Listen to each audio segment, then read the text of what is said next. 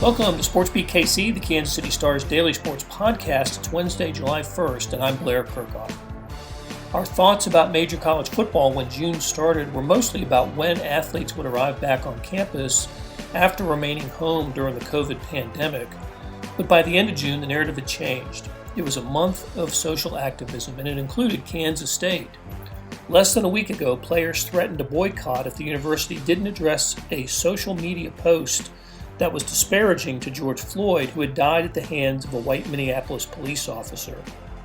The team was supported by the school's president, General Richard Myers, football coach Chris Kleiman, and athletic director Gene Taylor. The university and athletic department announced some changes on Thursday. We talk about those and the events of the last week with Kansas State beat writer Kellis Robinett. Here we go. Kellis, you've been pretty busy the last few days.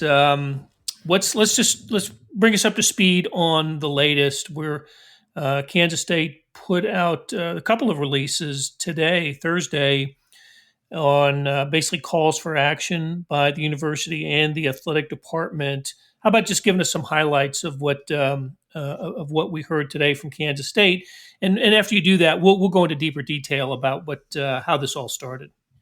Yeah, it's funny. Somebody asked me over the weekend, what do I write about when there's no sports going on? I'm like, man, you must not be paying very much attention. This has been one of the busiest weeks I've had.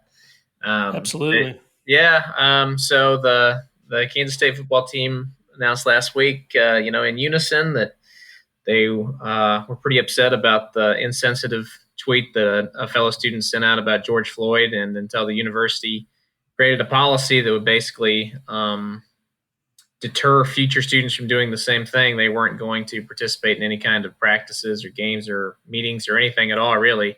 So they kind of effectively were going on strike. And since then, the university has really backed them every step of the way. Chris Kleiman's come out and issued a statement supporting them. The university president has sent out 2 letters pretty much doing the exact same thing. And then today, the university detailed, an 11-step process in which they're going to, the words they're using exactly are stop hate at K-State and combat racism on all of our campuses.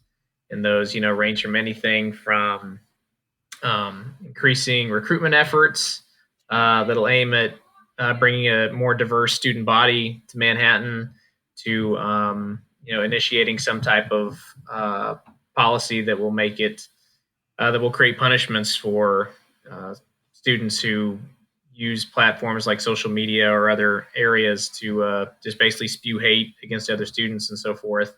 And then on top of that, the athletic department said they're going to expand their diversity and inclusion program to do a number of things, including publicizing the Black Lives Matter movement at future sporting events. All their home games are going to try and do that. So I think a compromise can probably be reached here. It seems like the university is doing what they can to go ahead and find a solution to this problem. Yeah, and it is the issue. It started last Friday, right? I think that's when the tweet was. Sometimes I get my dates wrong on this, but the tweet was really disparaging. I'll read it. It said by the Kansas State student, it said, "Congratulations to George Floyd on being drug-free for an entire month." And it's just a horrible thought, really. And the response was swift and harsh from across the country, really. And but for the purposes of the immediacy, the Kansas State football team really took exception, and that's when we heard about the potential for the boycott and protest. Kellis, but so it did create a dilemma, though, right? What else we learned here today is, and listen, the boycott, the football players and not just football players, but other athletes were upset and want this kid kicked out of school. And what we learned today from the university is they're not going to kick the student out of school. They can't kick him out of school, and that's what we found out today as well. So where does that leave the football team and other athletes? It's probably too soon to tell since this news is so fresh. Right. For now, that remains unclear. It's interesting because originally some athletes kind of on their own said they either wanted the student kicked out of school or severely punished before they would represent the university again on the athletic field. But then the following day, the football team had a different message that apparently, made it seem like they understood that expulsion was a long shot. So their demands were changed considerably to just a change in policy against racism. So if that's all that they're looking for, I guess it depends on exactly what the team was expecting to get out of this. But it seems like so far that the university has met their demands, or has at least put in action steps that will eventually meet their demands. So I'm not sure how the team will handle this. Will they put out another, statement, every single person on the team, whenever they do decide that they are ready to come back and start working out again? Will they do it the same way they handled the original boycott, or will it be something simpler? I'm not sure. They've all been pretty unified this week, and that they want their initial message to stand on its own. Nobody else has wanted to do interviews about it. But I would think that, nobody wants to miss the season. These guys came to Kansas State to play football, and it's pretty clear that university leadership is much more on their side than the side of the student who sent out the hateful tweet. So I would imagine here at some point we'll get a message saying that they're going to come back and start doing team activities again. But when that happens, or what that'll look like, I'm not quite sure yet. Yeah, and we haven't heard from players, but we did hear from Gene Taylor. We've heard from General Myers. We've heard from Chris Kleiman, all within statements and social media posts. You're right. A real united front from the football program, the athletic program, and the university on this.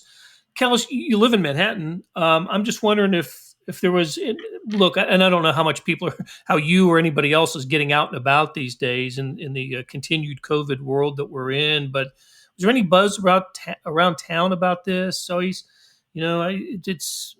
not suggesting you walk into coffee shops and and start conversing with folks, but did you get a sense or vibe of how people felt about this? I mean, I get the sense that they take it very seriously, and that for the most part, people are pretty much aligned with what the football team is asking for. They don't think that kind of language has any place at Kansas State, and a lot of people would like to see the kid expelled if possible. But it seems like that's not going to happen. I would just say that lately with the rising coronavirus cases, you're right. There hasn't been a whole lot of opportunity to get out and just meet and talk with people around town. But back when the Black Lives Movement was starting, they had a peaceful protest here in Manhattan where a bunch of people from all over the surrounding communities came in and marched against racism, and there was a really good turnout. Several thousand people walking all around town. They're going to try and do the exact same thing here on July 4th. We might actually hear from some student athletes at that event. Kellis, I saw this story posted today, just less than an hour ago. You apparently caught a message on social media by a former Kansas State player and found and talked to him, Zach Dials, and he experienced some racism in Manhattan when he played some 15 years ago. Take us through that story. What'd you find out? Yeah, he was actually a really good interview, pretty outspoken guy. He's on a VH1 show about realty and selling houses and stuff in LA. So pretty good guy. But yeah, he said that whatever it was in 2006 when he was a senior linebacker for the Wildcats after they beat Texas in a home game, he tried to go out with some of his black friends on the team to some house parties, and some of them wouldn't. Told him straight up they didn't want him inside because of the color of his skin. And basically he's come out this week and supported the players pretty big. and said, you guys, this is a really good thing you guys are doing, and I support you. Keep using your voices. And he basically said that, if Twitter was around back when he was a college senior and he experienced something like that, he was saying he wished he basically would have handled it the exact same way that these guys are. So it was interesting to hear from somebody who's, can relate to what these kids are going through. And he had some pretty good stories to say about just what it's like for a black student athlete from, out of state coming into Kansas from Florida or California or wherever, where you're used to being around some pretty diverse groups, and coming here and it's really not that way, predominantly white school, and just to experience, to unroot your life and come out here and encounter people who are who say mean things and are and have bad actions like that, can make you feel like sometimes you don't want to represent your university. So it was just kind of interesting to hear from him and say that, if he was in their shoes, he'd be doing the exact same thing right now, and that he hopes it leads to some real change. Yeah, I thought it was a great story, and the link is included in the show notes here. I was impressed by what he said, and look, the fact that he experienced what he did and then continued to play and apparently kept it under wraps, at least publicly. More power to him, and that's no. I guess it's no secret. No wonder why he's not why he's a success in life. I mean, that's pretty impressive, actually, for Zach Dial. So, and Kellis, something that strikes me is Kansas State historically has not had issues like this or problems like this. They were the first to, on a conference level in the late 40s, early 50s, the first or among the first to integrate its teams, to have black football players, basketball players. They're the first, I think, and maybe the only black baseball coach in the history of what is now the Big 12, Big 8, Big 12. It just, when I heard about this last week and this player's tweet, and I just thought, Manhattan's not the place where I expect this to happen. You're right. The demographic of Manhattan and Riley County, in that area, it's predominantly white for sure. And it's not greatly populated at all, but it's just disheartening to hear about situations like this, and to know that a player like, it's one thing to post a tweet on social media and create an outrage, which is what's happened recently. But when I read your story about what happened is just, in this century, right? That it could happen to a K-State football player in this century, to be turned away, he and, fellow football players be turned away from a party because they were black. I was really shocked by that. Yeah, not the greatest picture, but I certainly would say that in my experiences around town here, I think that's very rare. Like you said, this seems to be a pretty inclusive place, especially for athletes. I mean, the people in this town, borderline worship some of the guys who go out in the football field and the basketball field. I think in some ways, while it's certainly good that there's been a reaction to the insensitive tweet that came out last week, and that there's been a movement to try to, eliminate that kind of thinking and talk entirely. I would say, it's not really representative of the university or this community. I would say it's, extremely rare, and it's just kind of one bad apple trying to paint everything else as ugly when it isn't. It's like you said, Kansas State has always been pretty welcoming of black players. Tiger Woods' dad played baseball here way back in the day. So, and they've got a lot of black coaches on their basketball staff, on their football staff. Neither of them are head coaches, but I'm pretty sure every single one of Bruce Weber's assistants, Chris Lowry, Shane Southwell, that they're all, he goes out and hires minorities. So does Chris Kleiman. So they're inclusive, and they've clearly gone out and at least tried to put forward some new policies that'll make them even more diverse in the future. Very good. Okay, Kellis, let's take a break, and when we come back, we'll broaden the scope a little bit and talk more about what's happening in college football around the country. We'll be back right after this. Hey, it's Blair. We have a special subscription offer for Sportsbeat KC listeners unlimited digital access to the Kansas City Star's award-winning sports coverage. Sign up now for 1 year of Sports Pass for access to all the sports news, features, and columns presented on the kansascity.com site, and it's only $30. That's a 40% savings off our regular rate. Your subscription will automatically renew after the initial term at $50 unless you tell us to cancel. Your subscription helps support the sports coverage of kansascity.com and the Kansas City Star, and that support has never been more important. Please visit kansascity.com/Sportsbeat KC offer to get this special offer. And as always, thanks for listening. Okay, back with Kellis Robinett, Kansas State beat writer for the Kansas City Star and Wichita Eagle. And Kellis, the Kansas State and the threat of a boycott over a tweet, a racially insensitive tweet, was just the latest in a series of events that have occurred around campuses around the country. I can remember thinking at the beginning of June, the only thing that we were talking about when it came to college football was when were the teams coming back? How would they deal with the pandemic? What would the welcoming back be? And by the end of June, we are looking at just school after school dealing with incidents in the aftermath of the George Floyd killing that has, empowered, emboldened players and athletes to speak out, speak up, and we've seen it everywhere. Latest is Kansas State, but we've seen it in other places as well, especially in the Big 12.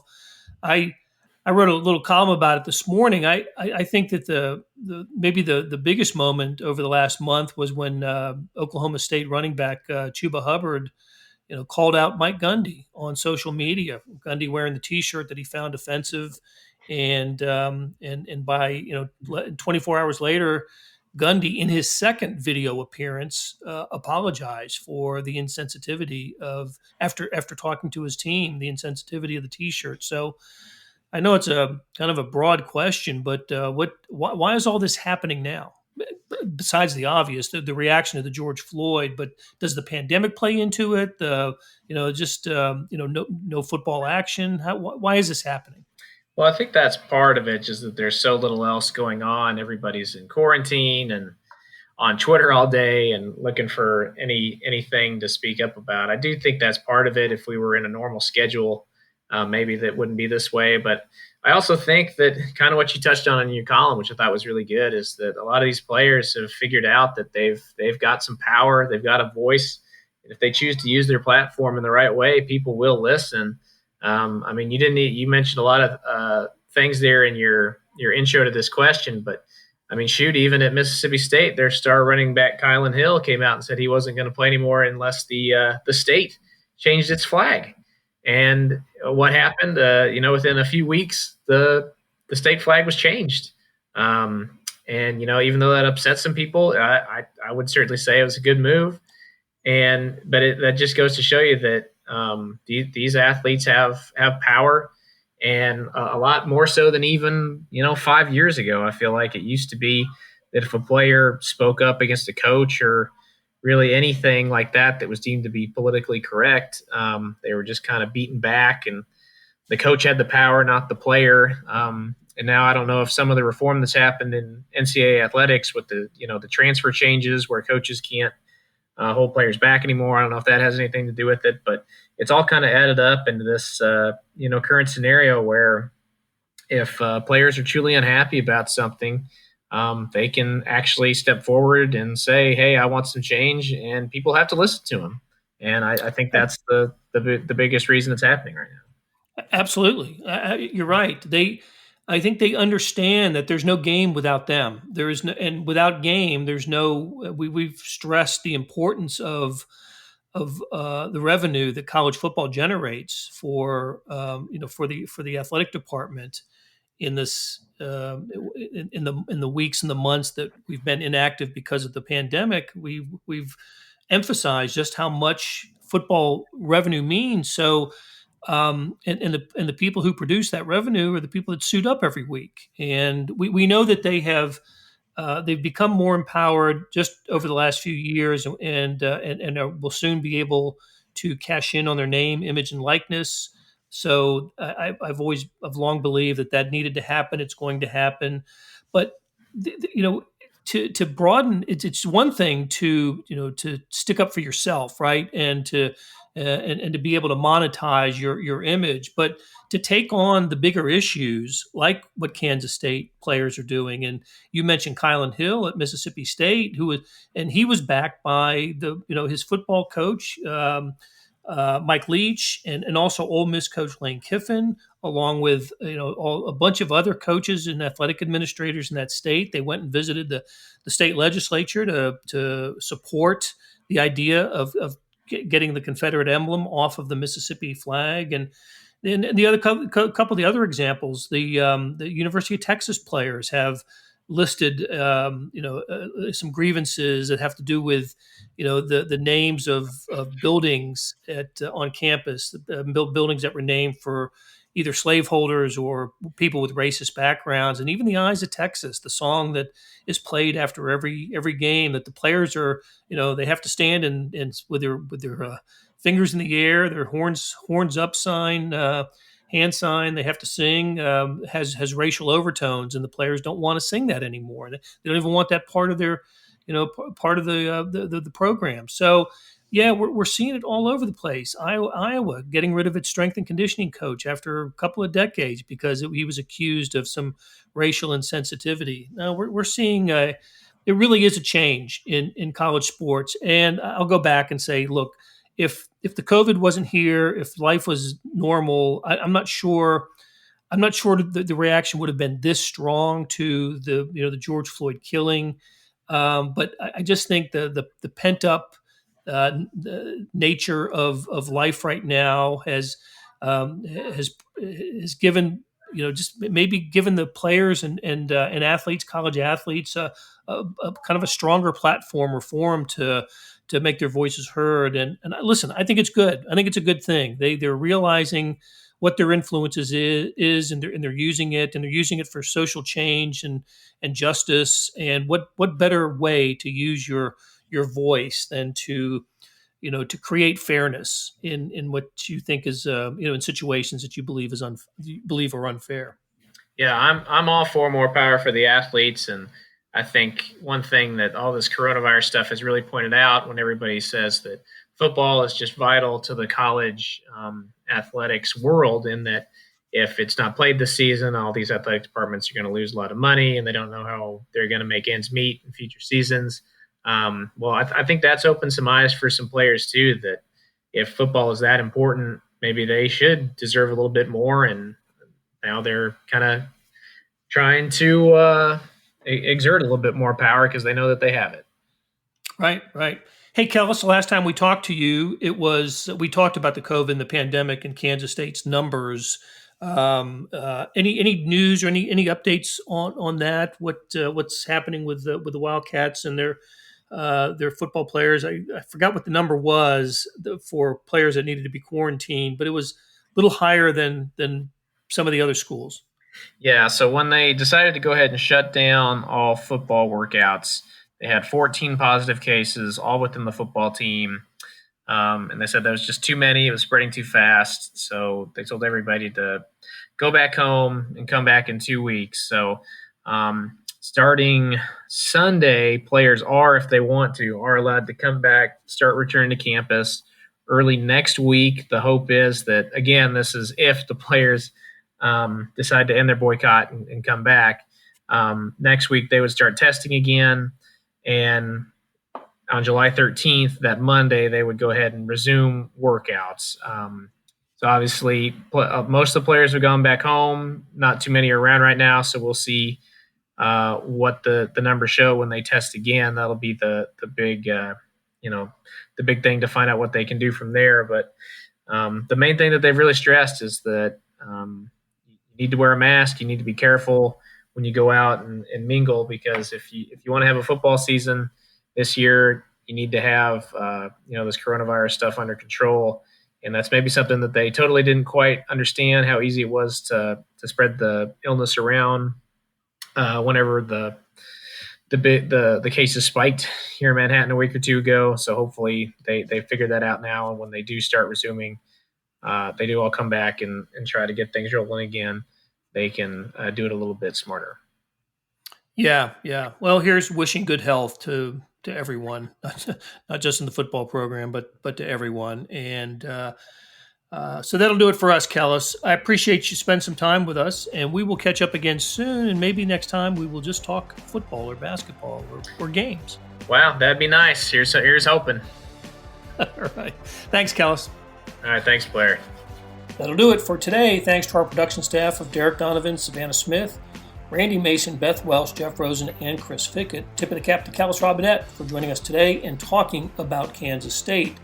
Links to stories about the Wildcats can be found in the show notes and on kansascity.com and kansas.com. Earlier in the episode, you heard me talk about the Sports Pass offer, $30 for a year's worth of sports coverage, and that includes the Sports Extra with the e-edition. There's nearly 30 additional pages of national sports coverage today. Here's an even better offer. Buy the entire Kansas City Star product. Sports, news, features, commentary, analysis, the whole thing. You get all the stories written by my talented colleagues, plus extra news, sports, and business coverage. The details can be found at account.kansascity.com/subscribe. That's account.kansascity.com/subscribe. And whether it's the Sports Pass or the full subscription, you're getting and supporting the best sports and news coverage in Kansas City and helping us produce programs like Sportsbeat KC. Thanks for listening, and we'll be back on Thursday with another episode.